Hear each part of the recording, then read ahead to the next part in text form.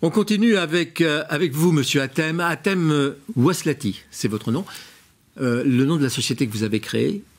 Yoterop. Yoterop, spécialiste de la sécurité des objets connectés. Absolument. Nous sommes des spécialistes de la sécurité. Expliquez-moi ce que vous faites, parce que c'est très ésotérique, c'est très mystérieux. Exactement. Donc Yoterop, c'est une société qu'on a fondée en 2016 avec 2 de mes anciens collègues de chez Intel. Et on a créé donc, on a des experts en sécurité et en gestion à distance des objets connectés. Et on fournit des logiciels aux grands industriels qui veulent sécuriser et gérer à distance des flottes massives d'objets connectés. Des compteurs intelligents, des véhicules connectés. Des camions ? Des camions, par exemple. Des containers ? Des containers, absolument. On travaille, par exemple, dans ce cas-là, avec Traxens à Marseille, qui fournit une solution de containers. Donc, à tout moment, même quand ils sont à travers le mer, on peut géolocaliser les containers. Donc, vous équipez les objets ? Avec nos logiciels, absolument. Ouais. On gère la sécurité de bout en bout. Donc, par exemple, du container jusqu'à Internet, jusqu'à l'infrastructure qui collecte les données. Et puis derrière, en temps réel, on est capable de reparamétrer ces containers, les configurer et de faire en sorte de gérer leur politique de remontée de données. Donc c'est une technologie logicielle qu'on fournit à travers nos produits.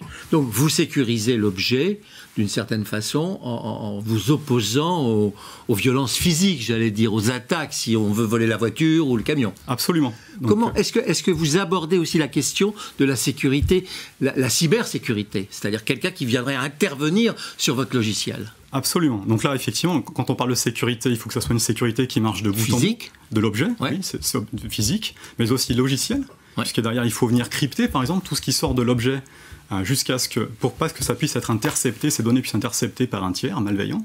Donc ça, c'est absolument crucial. L'authentification également, c'est absolument important, là, pour vérifier qu'effectivement, ces données viennent bien de l'objet qu'on attend. Sans faire de science-fiction, vous êtes prêt pour tracer des individus, finalement? Des individus, des véhicules, des compteurs électriques, des compteurs d'eau.